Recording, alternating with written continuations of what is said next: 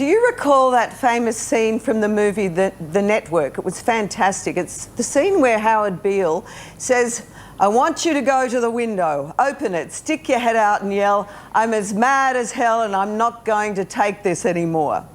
Well, I have to say that's exactly how I feel, and I reckon many of you do too. And that's why I'm asking whether federation and our political system is failing us. You know, I'm sick of feeling powerless about questionable political decisions, profligate spending and short-term vision, where highly paid ministers and public servants suddenly develop amnesia when they're asked to account for their actions, where billions of dollars are being spent on the not bloody necessary NBN, Stephen, artists who live stream insemination sessions, diesel submarines that will be superseded by the time they're built, cycleways to nowhere in congested narrow streets, migration levels without the infrastructure to support them. And I'm powerless that our fundamental right of free speech has been eroded and that our human rights have been taken away by dictatorial decisions like the extreme lockdowns in Victoria and the bloody-minded border closures.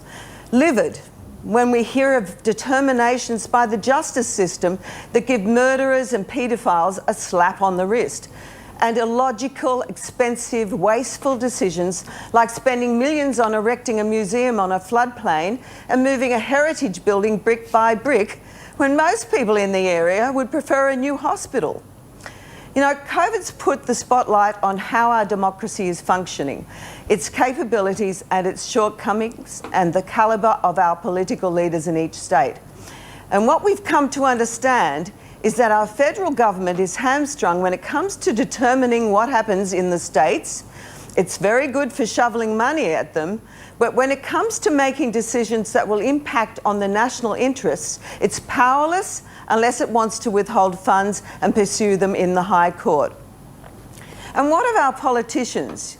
You know, some like Gladys in New South Wales have shone during the pandemic, but others are revealing that their political interests outweigh any decision that may be good for their states' economies and the health and well-being of their people. Leaders who do not deserve to leave. I believe it's time to have a really serious discussion about what's wrong with our political system and what kind of constitutional change is needed to fix it. If our representative democracy is broken, what significant changes must be made to the process itself, and how do we better select and scrutinise the people putting themselves forward to represent us? So, do you want to join me at that window?